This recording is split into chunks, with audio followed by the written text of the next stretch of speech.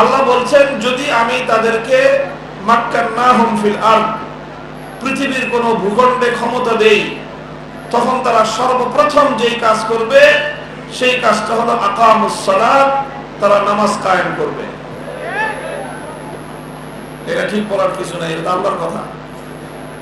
এটা আপনি বললেও ঠিক, না বললেও। আকামুস সালাত, তারা নামাজ কায়েম করবে, এক নম্বর কাজ তাদের। দুই নম্বর কাজ হলো আতাউজ যাকাত, তারা মানুষের মধ্যে যাকাতের ব্যবস্থা বাস্তবায়ন করবে। যাকাতের ব্যবস্থা বাস্তবায়ন করার অর্থ হলো তুখাযু মিন আগনিয়াইহিম ওয়া তুরাদ্দু আলা ফুকারাইহিম, যে ধনীদের কাছ থেকে,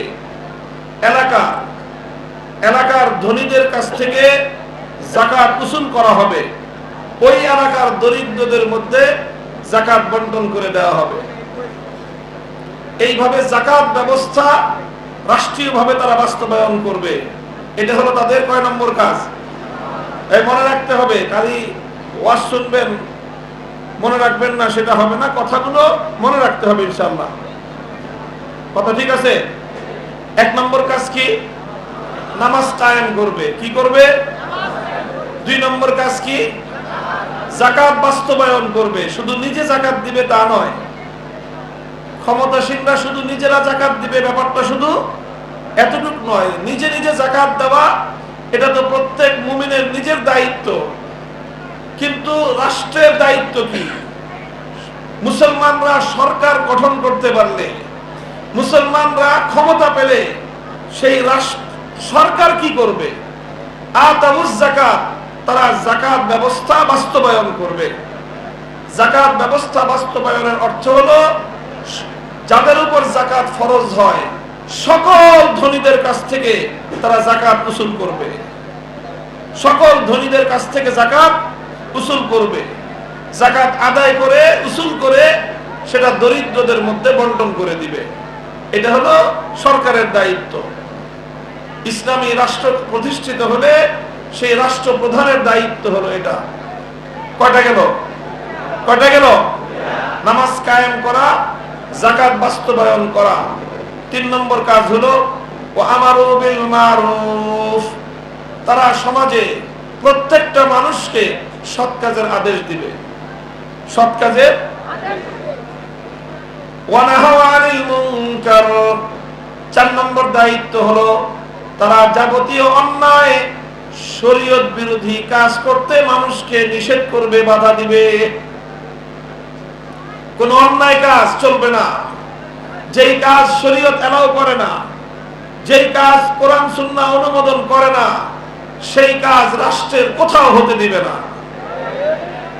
এটা হলো যদি মুসলমানদেরকে, ইমানদারদেরকে, আল্লাহকে যারা বিশ্বাস করে তাদেরকে যদি আল্লাহ পাক রাষ্ট্র ক্ষমতা দান করেন, এই চারটা হলো তাদের কাজ। তাহলে বোঝা গেল যে মুসলমানরা, ইমানদাররা রাষ্ট্র ক্ষমতা পেলে শুধুমাত্র ব্রিজ, কালভার্ট আর রাস্তাঘাট নির্মাণ করাই তাদের একমাত্র কাজ নয়। জনগণের আর্থিক উন্নতি করা, অর্থনৈতিক উন্নয়ন করাই শুধু তাদের কাজ নয়। হ্যাঁ, অবশ্যই ইমানদার সরকার রাস্তাঘাট নির্মাণ করবে, অবশ্যই ইমানদার সরকার ব্রিজ, কালভার্ট নির্মাণ করবে, জনগণের উন্নয়ন করবে, দেশের অর্থনৈতিক উন্নতি করবে, সব দিক থেকে উন্নতি করবে। তবে সব কিছু করার আগে তারা নামাজ কায়েম করবে। কারণ কি? এটার মূল কারণ হলো এই যে যদি নামাজ কায়েম না হয় তাহলে অর্থনৈতিক উন্নয়নটাও ভালো মতো হয় না। নামাজ যদি কায়েম না হয় তাহলে সমাজে অন্যান্য অন্যায়, অপরাধ এটা সহজে দূর হয় না।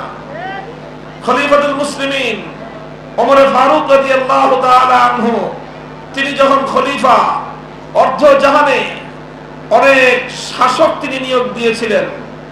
বিভিন্ন শহরে শহরে খলিফার পক্ষ থেকে একজন গভর্নর, একজন প্রশাসক তিনি নিয়োগ দিতেন। তাদের সকলের প্রতি তিনি একটি ফরমান জারি করলেন। তিনি বললেন, ইন্না আহাম্মা উমুরিকুম ইনদি আস-সালাহ ফামান হাফিজাহা ফাহুয়া লিমা সিওয়াহা আহফাযু ওয়া মান দাইয়াহা ফাহুয়া লিমা সিওয়াহা আদিয়াউ। তিনি বললেন, হে মুসলিম বিশ্বের গভর্নরেরা, তোমাদের সবচেয়ে গুরুত্বপূর্ণ